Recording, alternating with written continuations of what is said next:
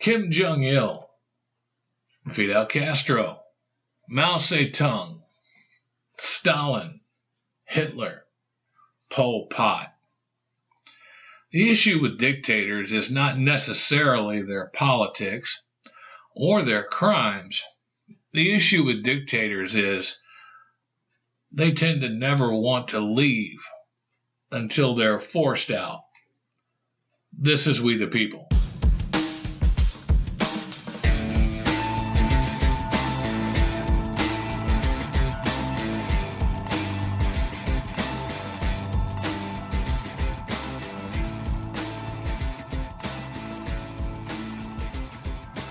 As Trump ascends to his throne and everyone panics over his cabinet choices, the destruction of everything we hold dear, a lunatic in charge of the nuclear button, a thought crossed my mind today.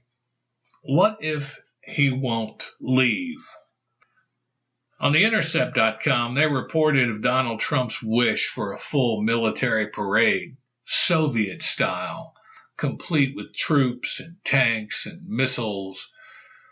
But Trump had to settle for a flyover of about 20 or so jets because the Pentagon was concerned whether or not their tanks would basically destroy the roads in Washington, D.C.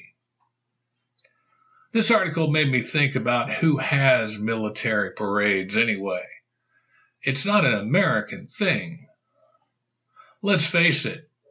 Dictators have parades with their military. It's basically the equivalent to a man with a small dick buying a Corvette to prove his manhood. And yes, I just inferred that Donald Trump has small hands.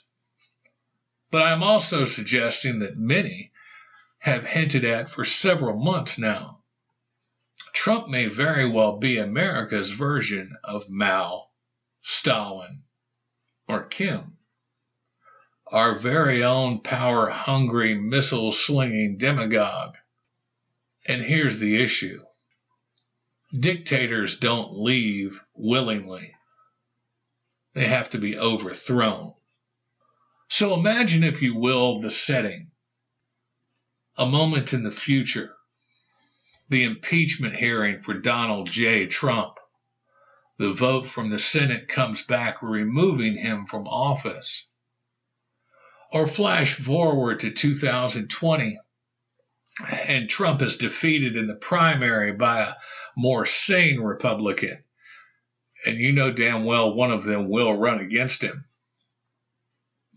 Or Trump is defeated in the general election by Tulsi Gabbard, Bernie Sanders, or some other upstart commie bastard liberal Democrat.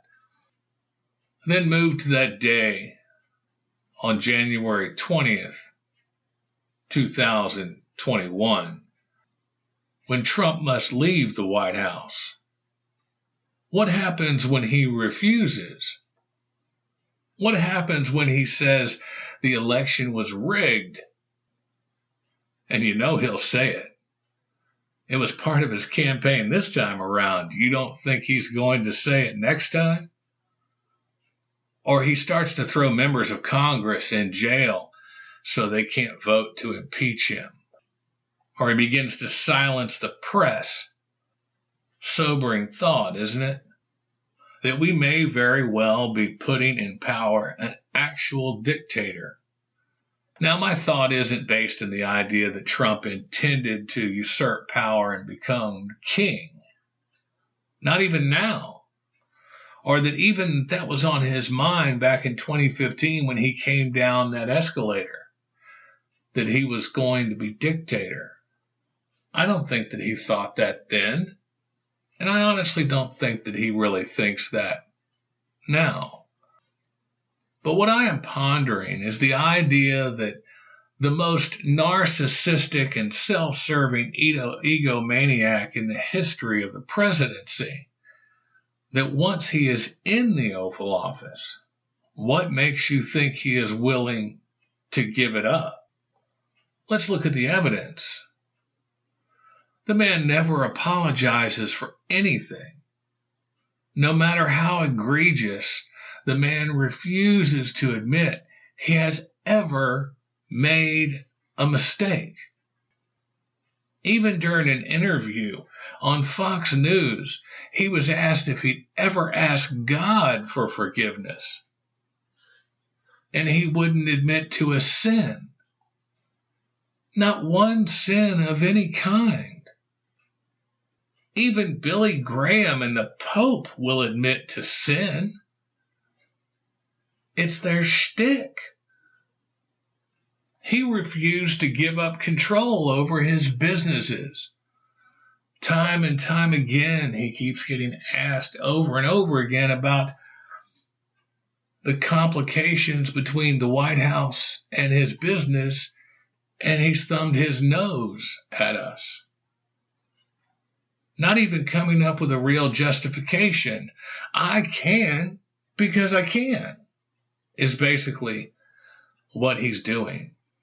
The man stomps around and whines all the time on Twitter every time he feels slighted by anyone. For crying out loud, he took a shot at Meryl Streep. Really? Meryl Streep? Who gives a shit about Meryl Streep and what she thinks about anything? I'm a leftist socialist liberal, and I couldn't give a good damn what she thinks, or anyone in Hollywood, for that matter. But Donnie can't let it go. He can't let anything go. Not ever. And now we find out that the man wants to have jackbooted troopers stomping down Pennsylvania Avenue and saluting the great leader. This idea isn't for show, and I don't think it's completely for his ego. I think the idea of a company of tanks rolling down the avenue is to tell us something, to tell Americans, to tell the American people that the glorious leader is now in charge. And don't forget that. So my question is, what do we do when the glorious leader won't give up his power? When he announced he was running, I feared no one would take him seriously. When he defeated the field in the Republican Party, I feared that he could beat Hillary. When he won and beat Hillary, I feared who he would pick for his cabinet. And now as he ascends to the most powerful position in the country, in the world, I fear what it might take to remove him. A sobering thought, to say the least. Please subscribe to the channel. If you have anything to say or you'd like to start a conversation with me, it's WTPAmerica@hotmail.com. You can join us on our Facebook page, We the People on Facebook. Or if you'd like to become a patron, go to the patreon.com, WTP America, and join to become a patron. My name is Alan Garrett. This is We the People. Resist.